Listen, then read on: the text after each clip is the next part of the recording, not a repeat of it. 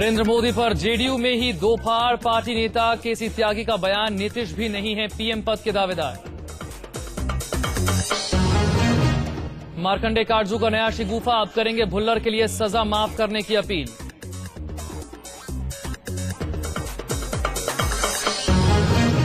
कोल scam में UPA सरकार पर बढ़ा दबाव, सीबीआई के जरिए रिपोर्ट बदलवाने का आरोप, विपक्ष ने मांगा कानून मंत्री का इस्तीफा।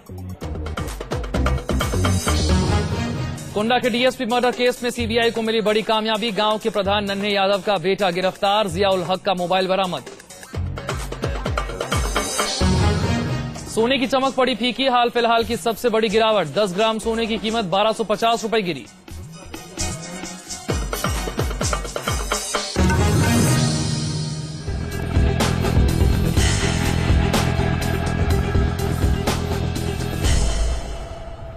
चौरासी के सिख दंगे एक बार फिर सुर्खियों में हैं और कांग्रेस के तमाम वो नेता जिनकी भूमिका के बारे में सवाल उठते रहे हैं वो भी एक बार फिर सुर्खियों में हैं। और ऐसे में जगदीश टाइटलर को कौन भूल सकता है। हाल ही में एक कोर्ट ने कहा है कि सीबीआई द्वारा जो क्लोजर रिपोर्ट फाइल की गई उस पर पुनर्विचार करने की जरूरत है। तमाम सवालों का जवाब देने के लिए और 84 में क्या हुआ उस पर चर्चा करने के लिए हमारे साथ जगदीश टाइटलर जी खुद इस वक्त हमारे साथ न्यूज नेशन पर मौजूद है। टाइटलर साहब, स्वागत है आपका। 1984 एक ऐसा जिन है जो बार बार अपने बोतल से निकल आता है और कांग्रेस पार्टी के ऊपर एकदम छा जाता है, खास करके आपके ऊपर, ऐसा क्यों? पहली बात है कि जो मैजिस्ट्रेट ने जो सेशन कोर्ट ट्रायल जो कर रहा था उसने कोई ये नहीं कहा था कि केस बंद कर दो, उसने कहा था कि आप फर्दर इन्वेस्टिगेट करिए क्योंकि नए विटनेस एक दो आ गए हैं जी। वो कैसे विटनेस हैं? जो कभी नानावती कमीशन में नहीं गए, कभी जो 11 कमीशन बैठे कभी नहीं गए जी। लंदन में सुरेंद्र सिंह जाता है, किनको मिलता है क्या नहीं, वो संडी कहते हैं, लंदन में अमेरिका में जाता है जी। और वो संडी कहते हैं जी हमारा भी विटनेस लीजिए क्यों हमने भी देखा था टाइटलर साहब को। तो सारी की सारी बात यह है, तो जज ने किनको मिलता है क्या नहीं, वो संडी कहते हैं, लंदन में अमेरिका में जाता है और वो संडी कहते हैं जी हमारा भी विटनेस लीजिए क्यों हमने भी देखा था टाइटलर साहब को।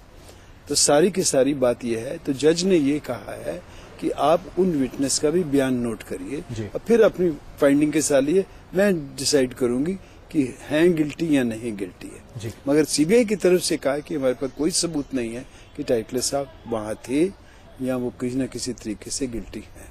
अब कहा यह जा रहा है कि सीबीआई के ऊपर दरअसल राजनीतिक दबाव है और इसीलिए वो क्लोजर रिपोर्ट खास करके आपके संबंध में दायर की गई। जसबीर सिंह की बात करें, वो कैलिफोर्निया में हैं, रहते हैं, लेकिन सीबीआई ने उससे अभी तक पूछताछ नहीं की है। नहीं, फिर आपको गलती करे, जसबीर सिंह से अच्छी तरह पूछताछ करी है। मैं थोड़ी सी पहली बात को राजनीति बात का जवाब दूं जी। अगर ये राजनीति है स्पेशली मेरे लिए जी, तो मैं आपसे एक सवाल उठाता हूँ और मेरा सवाल पब्लिक भी जाने। जब अडवाणी होम मिनिस्टर थे जी, तो मुझे क्यों सीबीआई ने क्लीन चिट दे दी? मालूम है आपको? जी हाँ, बिल्कुल। उस समय मुझे क्लीन चिट दी जी, कहा कि इसमें कोई इल्जाम नहीं है, कोई केस नहीं है और जो भी ये केस है ये सब झूठे हैं और सीबीआई ने क्लीन चिट दी। क्या सीबीआई, मेरा अडवाणी जी के साथ कोई बहुत रिश्ता था कि उन्होंने मुझे बचाने के लिए सीबीआई पे दबाव डाला? नहीं, तो आप क्या ये कहना चाहते हैं कि जो नानावटी कमीशन रखा गया था, जो एक क्वासी जुडिशियल कमीशन था जिसने ये कहा था कि possible hand in communal violence, बिल्कुल ठीक है, और तो, ये साथ ये भी कहा था कि ये दो एफिडेविट्स है जी, मतलब 3 कहा उन्होंने, 3 एफिडेविट्स है, इसके ऊपर इंक्वायरी कर दिए एंड टेक एक्शन जी। फिर ये रिपोर्ट नानावती की action taken report home ministry में गई। उन्होंने कहा कि there is no case directly involving mister Tytler. उसके बाद भी अकालियों ने, कम्युनिस्ट ने जी, और बीजेपी वालों ने पार्लियामेंट में बहुत शोर मचाया। मुझे बहुत बुरा लगा। मैंने कहा मेरे कारण प्राइम मिनिस्टर को एम्बेरसमेंट हो रही है जी, कांग्रेस प्रेसिडेंट को भी एम्बेरसमेंट होगी। मैंने वहीं खड़े होकर कह दिया कि I resign for my ministers post और मैं चाहूंगा कि जब तक मुझे क्लियरेंस नहीं मिलती जी, मैं कोई पोस्ट लेने के लिए तैयार नहीं होऊंगा। ये मैंने ही करा था। हाँ, बिल्कुल आपने किया था। शायद उसके लिए भी माना जा रहा है कि एक राजनीतिक दबाव था जो कि पार्टी के वरिष्ठ नेताओं के ऊपर था और अपने ऊपर से दबाव बचाने के लिए लोगों ने आप पर यह दबाव डाला। नहीं, लोगों ने किसने डाला? कम्युनिस्ट ने डाला, अकालियों ने डाला। अकालियों को तो मैं कुछ गिनता ही नहीं हूँ ना कम्युनिस्ट को गिनता हूँ। मैं अगर जाता हूँ तो मैं अपनी कॉन्शियस को कि मेरे prime minister who is a Sardar, can you imagine that ये गालियां दे रहे थे पार्लियामेंट के अंदर? किसके ऊपर? कि नानावती की रिपोर्ट के ऊपर। जी। नानावती की रिपोर्ट किसी ने पढ़ी नहीं ध्यान से। उन्होंने ये जरूर कही जो आपने बात कही है, जी। और ये कहा कि इंक्वायरी करिए, और सीबीआई को कहा इंक्वायरी करिए। जो इंक्वायरी की बात कही गई, सीबीआई की इंक्वायरी रिपोर्ट पर यह कहा जा रहा है कि अश्विनी कुमार जो उस वक्त सीबीआई के निदेशक थे, उन्होंने अपने जूनियर अधिकारियों के रिकमेंडेशंस को ओवररूल किया, और ये बात कही जा रही है, ये कहा जा रहा है कि ये राजनीतिक दबाव की वजह से क्या ये कही जाने वाली बातें हैं, इसको सत्यापित करना बड़ा मुश्किल है। ये तो फिर आप अश्विनी कुमार जी से जाके पूछिए, इसका जवाब तो मैं नहीं दे सकता। और साथ में एक बात जरूर कर लीजिए, अडवाणी जी से भी पूछिए, क्योंकि बहुत जरूरी है। अडवाणी से जरूर पूछना है कि जब जानते हो कि जगदीश टाइटलर का इतना बड़ा केस है और इसी सीबीआई ने इसको क्लियर चिट दे दी है, तो तब तो आप क्वेश्चन नहीं कर रहे तब डायरेक्टर को। नहीं, कहा जा रहा है कि आपकी सीबीआई में पैठ बड़ी जबरदस्त है। आप नहीं, मैं इसका जवाब देता हूँ कि इतनी है कि अडवाणी के होम मिनिस्टर होते हुए कि मैं अपने आप को बचा जाऊं। बीजेपी हर ताकत इस्तेमाल करेगी, ये तो उसके पार्टनर्स हैं अकालियों के, हमें बदनाम करने के लिए। क्या अडवाणी जी या तो मेरे बहुत नजदीकी होंगे या उनको ऐसा है क्या? अडवाणी जी आपके नजदीकी हैं क्या? नहीं, मैं देखिए, I respect him as an opposition leader. He is today in the BJP one of the tallest leader है, and that way we respect him. But मैं तो सवाल उठाना चाहता हूँ कि जब अडवाणी जी के अंडर, तब सीबीआई डायरेक्ट अंडर थी होम मिनिस्ट्री के, तो फिर उन्होंने मुझे क्लियरेंस क्यों दे दी? ये अडवाणी जी से, क्योंकि आज पूछ रहे हो क्योंकि गवर्नर बन गए, तो अडवाणी जी होम मिनिस्टर बने, दोनों ने एक ही काम करा। अडवाणी जी ने भी मुझे छुट्टी दे दी, अब इस सीबीआई डायरेक्टर, ये तो आपके साथ 2 बार हुआ ना, ये तो यही बात नहीं, 3 दफा हुआ। अच्छा, तीनों दफा क्लियर चिट हर बार आपको क्लीन चिट मिलती है और सीबीआई से क्लीन चिट मिलती है, लेकिन कोर्ट ने 2 दफे जांच के आदेश दिए बार बार। एक बार पहले सीबीआई ने रिपोर्ट दाखिल की, कोर्ट ने कहा नहीं इसकी दोबारा जांच की जाए। उसके बाद फिर अभी ये दूसरा मामला आ गया जब कोर्ट फिर कह रहा है कि नहीं, दोबारा जांच की जरूरत है। इस दोबारा नहीं, देखो गलती, जांच को बढ़ाया जाए, जांच के दायरे को बढ़ाया जाए। नहीं, बिल्कुल नहीं। कोर्ट के ऑर्डर सीधे हैं कि ये नाम लिया हुआ है कि ये 3 विटनेस आ गई है, आपने इनके बयान क्यों नहीं लिए? आप बयान लीजिए। तो ये क्यों ऐसा हो रहा है? आपको लगता है कि कोर्ट वेंडिक्टिव है? आपको लगता है कि जांच सही तरीके से नहीं हो रही है, या आपको लगता है कि आपको बलि का बकरा बनाया जा रहा है? वेल, मैं ना तो कोर्ट के ऊपर कह सकता हूँ, जानते भी हुए बहुत सारी चीजें, कमियां दिखी हैं हमें, मैं नहीं कह सकता। ये तो हाई कोर्ट या अगला बड़ा कोर्ट करेगा, और जब सीबीआई दोबारा रिपोर्ट देगी अपनी इन विटनेस को लेके, देन वो जज का फैसला होगा। अगर मेरे फेवर में हुआ तो मैं बड़ी खुशी होगी, मगर ये केस मेरा नहीं है, ये इन्वेस्टिगेशन ऑन एप्लीकेशन है। ये सबसे बड़ी। जब मैंने फुल्का को ये कहा कि मैं आपको लाई डिटेक्टिंग टेस्ट चाहता हूं कि मेरे पे भी हो और तुम्हारे पे भी हो, तो एकदम उसने कह दिया। उसने क्या कहा कि तुम तो अक्यूज्ड हो, मैं अक्यूज्ड नहीं हूं। But I am not accused, मैं हूं नहीं अक्यूज्ड। मेरे पे तो इल्जाम लगा है, और ऐसा तेरे पे भी इल्जाम लगा है। सुंदर सिंह ने रिटर्न दिया हुआ है 164 में कि इसने मेरे पे प्रेशर डाल के गलत काम कराया है। 164 मैजिस्ट्रेट के सामने। लेकिन ये तो आपके ऊपर है ना। सुरेंद्र सिंह की बात की जाए, उन्होंने पहले आपका नाम लिया, मैं बताना चाहता हूँ, और उसके बाद फिर उन्होंने गुरुमुखी में लिखकर उसे वापस कर दिया। तो ये कहा कि ना तो मैं अंग्रेजी जानता हूँ और ना मैं हिंदी जानता हूँ। मुझे कहा गया था कि मैं कॉम्पनसेशन देना चाहता हूँ, तो कॉम्पनसेशन में हमने दस्तखत करा, क्योंकि हमें चाहिए थे, चोट लगी है, मेरी चीजें कुछ। मगर जब मैंने पढ़ा, पता चला, हमें अखबार में पता चला कि पता नहीं क्या कहा उसने, कि पता चला कि तो जगदीश टाइटलर के खिलाफ उसने करा है। वो अपने आप कोर्ट गया, कागज खरीदे, अपने आप दस्तखत करे, उसने गुरुमुखी में लिखी, और जो फुल्का ने जमा कराया, उसने कहा ये पेपर फुल्का ने जमा कराया है। कोर्ट से पेपर भी फुल्का खरीद के लाया है या उसके साथी खरीद के लाया है। इससे बड़ी क्या चीज हो सकती है कि अगर मैं जाऊंगा नानावती के पास तो मैं अपने आप कागज खरीदूंगा। नहीं, गवाहों के बयान पलटने की बातें तो हम बहुत देखते आए हैं। जसबीर सिंह की बात करें, वो कह रहे हैं कि मैंने, यानी कि जसबीर सिंह को अगर कोर्ट किया जाए, पहले सुंदर का ले लिया, फिर जसबीर का भी ले लेंगे। सुरेंद्र जी की बात मैं बताता हूँ आपको, शायद डिटेल्स नहीं मालूम। सुंदर ने पहला एफिडेविट दिया, कहा मैंने जगदीश टाइटलर को देखा है, खून का बदला, खून, मेरी माँ को मारा है, ऑल सच थिंग्स जो बोली है। 10 बजे टाइटलर साहब आए थे और मॉब के साथ आए थे और कह रहे थे, और मैंने कहां से देखा, मस्जिद के पास खड़े थे। आपको मालूम है मस्जिद और गुरुद्वारे में कितना फर्क है? आज के दिन काफी फासला है। आज के दिन भी खड़े हो जाओ गुरुद्वारे में, मस्जिद में खड़ा आदमी नहीं दिखेगा। और उस वक्त 3000 आदमी थे, उसमें से टाइटलर साहब को ढूंढ लिया उसने। चलो ये बात तो दूसरी रही है, मगर फिर जब उसने दूसरा एफिडेविट दिया, जब दूसरा एफिडेविट दिया उस पर प्रेशर डलने लग पड़ा और उसने जाके सीबीआई को बयान दिया अपना। सीबीआई जब यहाँ से सीबीआई को बयान दिया तो यहाँ से सडनली एक दिन पंजाब चला गया। पंजाब से जाके उसने फिर बयान बदला। जब बयान बदल दिया कि मैं टाइटलर साहब को देखा था, मेरा पहले लिखवाया गया था। उससे पूछा किसने लिखवाया गया था, उन्होंने कहा जी ये नहीं बताऊंगा, मैं पूरी स्टेट मेरे पास है। जी नहीं, वो तो आपके एफिडेविट में है ये सारी बातें जो आप कह रहे हैं। नहीं और कह रहा हूँ। फिर उसके बाद फिर वो वापस आया, फिर सीबीआई ने फिर उसने बदल दिया बयान। फिर एकदम क्या हुआ कि उसको कैलिफोर्निया ले गई यहाँ से। तो ये कौन कर रहा है? सुनो ना, मैं बताता हूँ। अभी let me not complete this, क्योंकि कैसे आदमी ने 5 दफा बयान बदले हैं। बयान बदलते बदलते क्रेडिबिलिटी तो खत्म हो गई। फिर उसने लास्ट बीमार था, कैंसर था उसको, बीमार पड़ा था, बेड के ऊपर पड़ा हुआ था। तो उसके मन में आई कि मैं ग्रंथ साहब पढ़ा है, गुरु का मैं पाठ करता रहा, मैंने बहुत बड़ा पाप करा है। उसने एक चिट्ठी प्राइम मिनिस्टर को लिखी, which is a part of A record of the court. उन्होंने कहा प्राइम मिनिस्टर को कहा कि मैं माफी चाहता हूँ, पता नहीं मैं कितने दिन जिंदा रहता हूँ, मैं रब के पास जा रहा हूँ, मैं सारी उम्र ग्रंथ साहब का पाठ करा है, मेरे दिल पे इतना बोझ है कि मैंने झूठ बोला है कांग्रेस पार्टी के खिलाफ, मैंने जगदीश टाइटलर के खिलाफ बोला है। एकदम ये चिट्ठी जब प्राइम मिनिस्टर के पास पहुंची और पहुंचाने वाला भी मेरा क्या उसका बाप गया था लेके, प्राइम मिनिस्टर के ऑफिस में बताया कि शायद कोई टाइटलर साहब फिर कोई श्राद्ध कर गए, किसी ने कह दिया होगा। उन्होंने अपना टॉप आईबी का ऑफिसर भेजा, अभी जो भी भेजा, वो 3 ऑफिसर से घर में गए, उसका बयान लिया।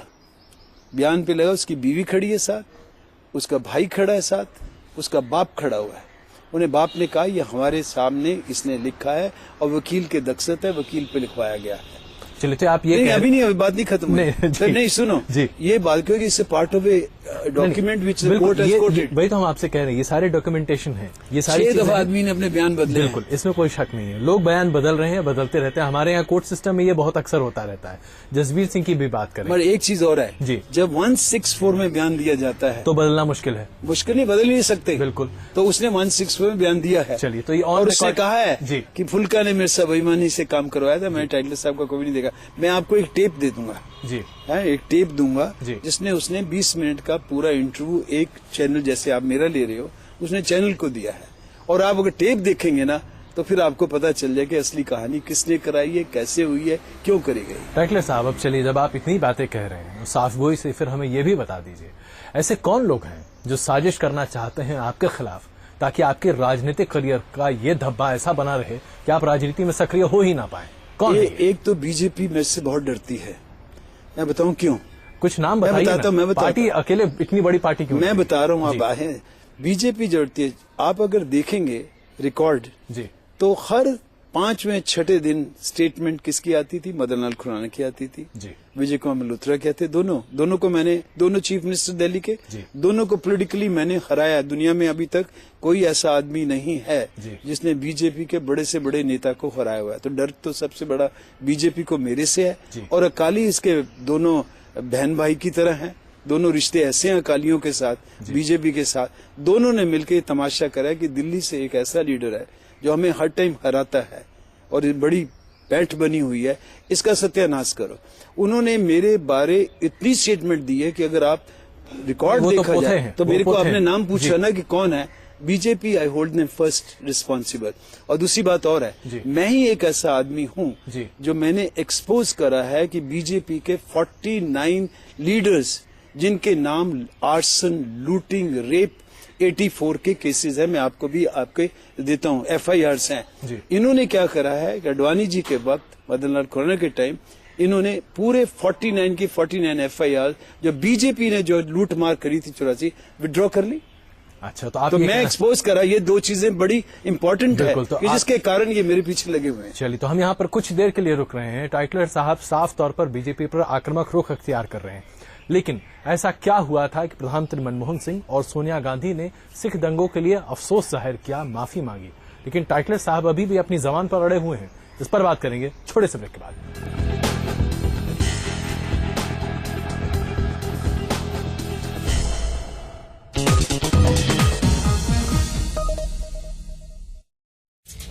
आज हर महिला यह खबर देखेगी, आज आंटी भी खुश, भाभी भी खुश, त्योहार पर भी कटेगी चांदी, शादी में भी जमेगा रंग, क्योंकि सोना है सबके लिए रात 9 बजे।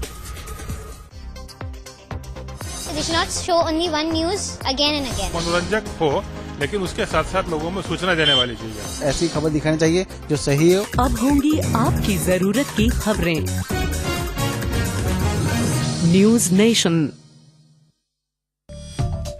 खबरों का कोई वक्त नहीं होता, लेकिन हर वक्त एक जैसा भी नहीं होता। हर सुबह हो न्यूज के साथ आपके मूड का बसेरा। नेशन सवेरा रोजाना सुबह 6 बजे।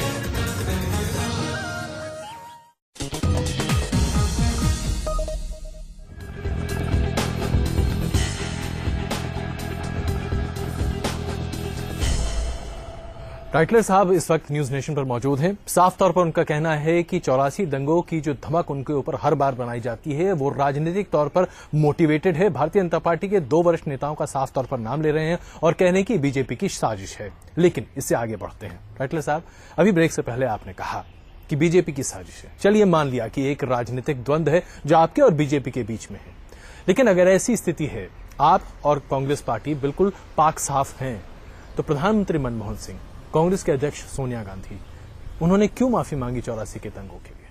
ऐसे है, पहली बात है कि बीजेपी के साथ अकाली भी हैं दिल्ली के जी। उन्होंने भी बहुत बड़ा रोल प्ले करा है। क्या स्टेटमेंट दिए मुझे मालूम, 20 साल से कैसा उन्होंने मुझे तंग करा है बेबात पे। एनीवे, अब आपने एक सवाल अच्छा उठाया जी। जिसके राज में, जिसके वक्त पे इतना बड़ा हादसा हो जाए, जिसके अंदर 2 या 3 हजार सरदार मारे जाए, तो अगर उन्होंने कहा कि भाई हमें रिग्रेट्स है, तो मैं सोचता हूँ बड़प्पन है कि प्राइम मिनिस्टर ने कहा। मैं अब एक सवाल काउंटर डालना चाहता हूँ आपसे। ये तो जो हुआ है बहुत बुरा हुआ है, और मैं इसको इसलिए ज्यादा फील कर सकता हूँ कि जब मेरी मदर पाकिस्तान से आई थी अपने पापा का, तो मेरे पापा को 3-4 हिस्सों में काट दिया गया था। मेरी मदर भी विडो होके अपने 3-4 बच्चों को लेके गुरुद्वारे में रही थी। जो आज उन विडोज, उन बच्चों का हालात है, इसको ज्यादा मैं समझ सकता हूँ, दूसरा इंसान नहीं कोई समझ सकता। मगर मैं वो जानना चाहता हूँ कि जब 5-10 साल पहले हिंदुओं को कत्ल आम कर बारे में रही थी, जो आज उन विडोज, उन बच्चों का हालात है, इसको ज्यादा मैं समझ सकता हूँ, दूसरा इंसान नहीं कोई समझ सकता। मगर मैं वो जानना चाहता हूँ कि जब 5-10 साल पहले हिंदुओं को कत्ल आम कर करके गाड़ियों से निकाल के सामने खड़ा किया था, हिंदुओं ने ही सरदारों को भी मारा था पंजाब में, आज तक बादल ने माफी क्यों नहीं मांगी? आज उसका कोई जवाब क्यों देने वाला कोई नहीं, क्यों नहीं है? और फिर गुजरात में जो हुआ है, मुसलमानों को कत्लेआम करा है, और बीजेपी जो पता चला सुप्रीम कोर्ट से जो कमेटियां बनी हैं बड़ी बड़ी, उसमें कहा है कि स्पॉन्सर्ड किलिंग। आज तक मोदी ने माफी नहीं मांगी, और मोदी को कहा माफी मांग, तो कहता मैं माफी नहीं मांगूंगा। उसको कोई पूछने वाला नहीं है। नहीं, उसने हम पूछते हैं, आप जरूर पूछिए। हम यही सवाल उठा रहे हैं कि आज एक तरफ तो कांग्रेस पार्टी कहती है कि नरेंद्र मोदी को माफी मांगनी चाहिए। गुजरात के दंगों में उनकी भूमिका किसी भी कमीशन के द्वारा या कोर्ट की इंक्वायरी के द्वारा सक्रिय तौर पर सामने नहीं आई है। जैसे आपके बारे में कम से कम नानावटी कमीशन में पॉसिबल हैंड की बात कही गई। उनके दोनों मिनिस्टर जेल में हैं, एक तो जेल में है, दूसरा बेल पे जेल काट के आया है, तो इससे full involvement of the ministers. हाँ, मैं मिनिस्टर नहीं था उन दिनों में, मेरा नाम लगा, मैं मेंबर पार्लियामेंट था, है ना, तो उसको मिनिस्टर हैं जो रात दिन उसके साथ रहते थे। हाँ, और उनको डिफेंड करता रहा। मेरी पार्टी ने मुझे आज तक डिफेंड नहीं करा। मुझे जो कुछ भी हुआ है, मेरी पार्टी में कोर्ट से मैं जाता रहा। ये फर्क है, और हमें भी शर्म है। जो हुआ है ये कोई अच्छी चीज नहीं हुई है, मैंने आपको बताया। इससे मैं भी तो चाहता हूँ कि भाई, क्योंकि मैं दिल्ली का हूँ और उस वक्त हुआ जब मैं मेंबर पार्लियामेंट था, तो इसलिए हमें भी बहुत बड़ा रिग्रेट्स है। मगर इनको गट्स होनी चाहिए। तुम तो माफी मांगो। गला फाड़ के बात करते हैं, हजारों हिंदुओं को मरवा दिया, हजारों सरदारों को मरवा दिया, बोल रहे हैं हजारों मुसलमानों को मरवा दिया, कोई बोल नहीं रहा। हमने तो माफी मांग ली, हमने अपनी जिम्मेवारी मॉरली एक्सेप्ट करी, इन्होंने क्यों नहीं करी? चलिए, मॉरल एक्सेप्टेबिलिटी की बात आप यहाँ उठा रहे हैं। अगर नानावटी कमीशन में ऐसी बातें थी, और जब प्रधानमंत्री और कांग्रेस की अध्यक्ष सोनिया गांधी माफी मांग सकती हैं, आप उस समय सांसद थे दिल्ली से ही, दिल्ली में ये बड़ा वाकया हुआ था, दिल्ली के लिए बहुत बड़ी बात थी। क्या आपने कभी सोचा कि सिखों के सामने जाकर कहें कि भाई जो भी हुआ गलत हुआ, मैं माफी मांगता हूं? फिर आपने मेरी हिस्ट्री नहीं जानी। पहली बात है कि मेरी कॉन्स्टिट्यूंसी में जी मैं ही एक ऐसा आदमी हूँ दिल्ली में अगर जिसने कैंप लगाया था। There is a record there, 300 families को लेके मैं उनके साथ रहा था। 1 महीने मैंने सब्जी मंडी थाने में मैंने कैंप लगाया था, जिनको कंबल रोटी सब कुछ वहां देता रहा। और जिसमें मेरा एक बड़ा भारी इल्जाम भी लगा कि मैं कोई अखबार वालों के गया था और मैंने कहा था मेरे आदमी छोड़ दो, मेरे रिलीज कर दो। किसी को अंग्रेजी पढ़नी नहीं आती PUCL की, इसमें मेरा कसूर नहीं है। मैं गया था, मैं जब 1 महीना मैंने पुलिस स्टेशन में इनको रखा था, मैं साथ इनके रहता था। और जब रहता था उन्होंने कहा, मेरे वहां के पड़ोसियों ने कहा, हिंदुओं ने कहा कि इनको ले आओ। मैं बड़ी शर्म आती है कि घर खाली पड़े हुए। मैं इनको कहा मैं आपके लिए करता हूँ। मैंने पुलिस कमिश्नर के पास गया, मैंने कहा आप वहाँ चौकी लगाइए because the Sikh family wants to go back to their homes. उन्हें मुझे प्रॉमिस करी, 3 दिन मुझे चक्कर में डालता रहा कि आज मैं चौकी लगा रहा हूँ, आज मैं। आखिर में तीसरे दिन यही फैमिलीज मेरे पे शक करने लगी, टाइटलर साहब आप रोज कह रहे हो कि आज चौकी बनेगी, पुलिस ने बताया और है नहीं है कि हम देख के आते हैं आदमी जाता है। क्या आपके मन में कोई ऐसी बात तो नहीं है? मुझे बहुत बुरा लगा। मैं 3-4 सिख फैमिलीज को आदमियों को लेके मैं बिल्कुल टंडन के दफ्तर में गया। मुझे कहा आप ठहरिए क्योंकि बाहर प्रेस कॉन्फ्रेंस। मैं कहा to help with the press conference, there are people who are lying there who want, जो घर जाना चाहते हैं। मैं अंदर घुस के चला गया। मैंने कहा you are not helping me, you are not helping me in my relief work. ये सरदार लोग क्या करते हैं PUCL वाले, पता नहीं पढ़े लिखे कितने हैं, क्या जानते हैं। कहते हैं जी रिलीफ नहीं था, रिलीज था आप कह रहे थे। मैंने फिर PUCL की किताब मंगाई, उसके अंदर रिलीफ वर्क लिखा है। मैंने कोई डिनाई नहीं कर रहा, मैं गया था। तो उन्होंने ये भी कहा कि वो जो टंडन को क्यों नहीं बुलाया गया, बुलाओ टंडन को। ये तो रिकॉर्ड है कि मैंने रिलीफ के लिए गया था, मैं 1 महीना चलाता रहा कैंप। तो आप ये कह रहे हैं कि आपने अपने कार्रवाई से, आपने अपने एक्शंस से लोगों के दिल में जगह बनाने की पूरी कोशिश। मैं आपको ना कोशिश करी, कर भी चुका। कैसे? संगम पार्क में 200 क्वार्टर्स हैं, DDA जो ऑक्शन दे रही, मैंने रुकवा दिए। मैंने कहा ये सारे के सारे विडोज को देने चाहिए और सारी आज की सारी विडोज वहां रहती है। उनके बच्चों की स्कूल का अरेंजमेंट करा, करिए। उनकी बेटियों को जहां जहां नौकरी देना करी, हमने ये करा कैंप में।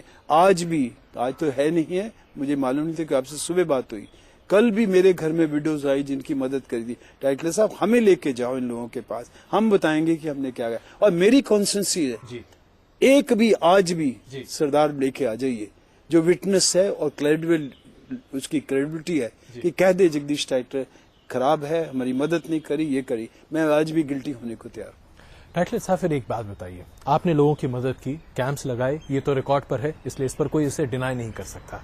आप लोगों के साथ खड़े रहे, ये भी रिकॉर्ड पर है, कोई डिनाई नहीं कर सकता। फिर ऐसा क्यों हुआ कि 84 के दंगों के लिए लोगों ने आपका नाम चुना, जबकि उस वक्त आप दिल्ली के एक उभरते हुए बड़े नेता के तौर पर थे? और इतना ही नहीं, उस समय चूंकि राजीव गांधी के आप नजदीकी थे, हैंडपिक्ड लोगों में से एक थे, माना जाता था कि आप दिल्ली की किस्मत बदल सकते हैं। फिर ऐसा क्यों हुआ, यह पलटा क्यों हुआ? तो मगर फिर आपको फिर मालूम ही नहीं है, मेरी कॉन्स्टिट्यूंसी से तो 400 एफिडेविट गए हैं, मेरा नाम तो किसी में नहीं है जी। तो अगर होता तो कोई ना कोई तो होता।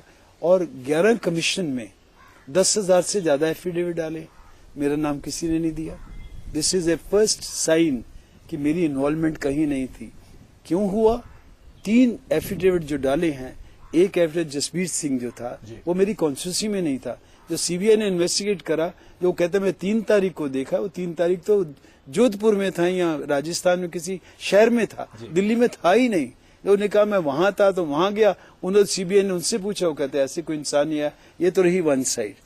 सुरेंद्र सिंह यहाँ नहीं रहता था, मजनू का टीलर रहता था, मेरी कॉन्स्टिट्यूंसी का नहीं था। मेरी कॉन्स्टिट्यूंसी का एक आदमी तो मेरे आके इल्जाम लगाए, बात तो बनती है ना जो आपने जवाब है, एक आदमी तो खड़ा होकर जवाब दे। आज भी मैं कहता हूँ, आज तो बड़े दिन हो गए, बड़े प्लानिंग के साथ कर सकते हैं। ये अकालियों ने नाश करा है बीजेपी के साथ मिलके। और गंद देखो, गंद कितना बोलते हैं, और आपके भी मीडिया के कुछ आदमी उनके साथ मिलके उन्हीं की साइड देते हैं।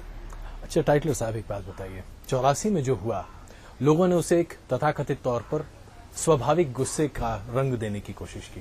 लेकिन जाहिर सी बात है, इस तरह का स्वाभाविक गुस्सा होता नहीं है। 3 दिनों तक होता नहीं। अब सुनिए 3 दिनों तक ऐसा होता रहा था। बेनजीर भुट्टो मरी थी, गोली मारी थी, कितने आदमी मरे थे? 3,500-4 हजार आदमी मर गए थे। क्या ये स्पॉन्सर्ड था? ये स्पॉन्सर्ड था? ये देखो गुस्सा होता है, रिएक्शन हो जाता है, जिसको हम कंडेम करते हैं, क्योंकि लोगों की जानें गई हैं, लड़कियां विधवा हुई हैं, बच्चे अपने बाप खो चुके हैं, माएं खो चुके हैं। इस पे कोई इंसान नहीं कहता कि अच्छा हुआ है। इसी बात पे हमने रिग्रेट्स मांगा है, इसी बात पे मैंने भी मांगा है पर्सनली, प्राइम मिनिस्टर ने मांगा, सोनिया जी ने भी मांगा है। डॉक्टर साहब, यहीं पर हम घूमकर वापस आते हैं। आप इसे स्वाभाविक गुस्सा कहते हैं, चाहे जो भी जिस तरीके से कहें। गुजरात में जो हुआ उस पर गुजरात की सरकार छोड़ दीजिए, लेकिन बीजेपी और संघ सरकार परिवार क्यों के छोड़ तमाम दी? लोग सरकार लोग क्यों ये छोड़? कहते हैं कि वो स्पॉन्सर्ड स्टेट स्पॉन्सर्ड है, याद रखिए, देयर वर्ड्स चेंज कर रहा हूं मैं। That is a state sponsored, क्योंकि दोनों मंत्री गिल्टी पकड़े गए हैं और उन्होंने पब्लिक के फेस पे थप्पड़ मारा है, मुसलमानों को एक दिखाया। सुनो ये कह दिया क्या करे, सुनो आप सुनो, मेरी बात तो सुन लो ना, मैं पूरी बात तो उसकी तो कर रहा हूं, मैं अपना जवाब तो दूंगा। जी जी। उसने जनरल सेक्रेटरी बना के जो 1.5 साल जेल काट के आया है, आज बेल पे है। मैं तो 1.5 साल जेल नहीं काटी, मेरे पे तो सजा नहीं हुई, मेरे पे केस नहीं बना, मेरे पे एफआईआर नहीं बना, मेरे पे कोई चार्जेस नहीं फ्रेम हुए, तो मुझे तो कंपेयर करना उससे बात बनती नहीं है। अगर चार्जेस फ्रेम हो जाते हैं और चार्जेस फ्रेम होने के बाद मेरा ट्रायल चले जैसे इस मोदी के जनरल सेक्रेटरी का हो, तब तो आप मुझसे ये सवाल उठाएं तो अच्छा है। आज तो मैं इनोसेंट हूँ, आज तो I am just like you standing there. किसी ने आके कह दिया टाइलर साहब गंदे हैं, या मैं कह दूं आज से कि आप मेरे घर आए थे, मेरे से रिश्वत मांगते थे। अरे कहना कोई प्रूफ तो करे, मैं रिश्वत दे रहा था आपको, या मांग रहे थे आप। This is something which has happened. चलिए, अब एक आखिरी सवाल हम आपसे लेना चाहेंगे। एक तरफ सिख के दंगे, जिसे लेकर बीजेपी कांग्रेस सरकार पर हमेशा तोहमत लगाती रही कि ये अकाली, बीजेपी और अकाली दोनों मिलाकर कि आपका स्टेट स्पॉन्सर्ड एक्टिविटी था, उनका ये कहना है।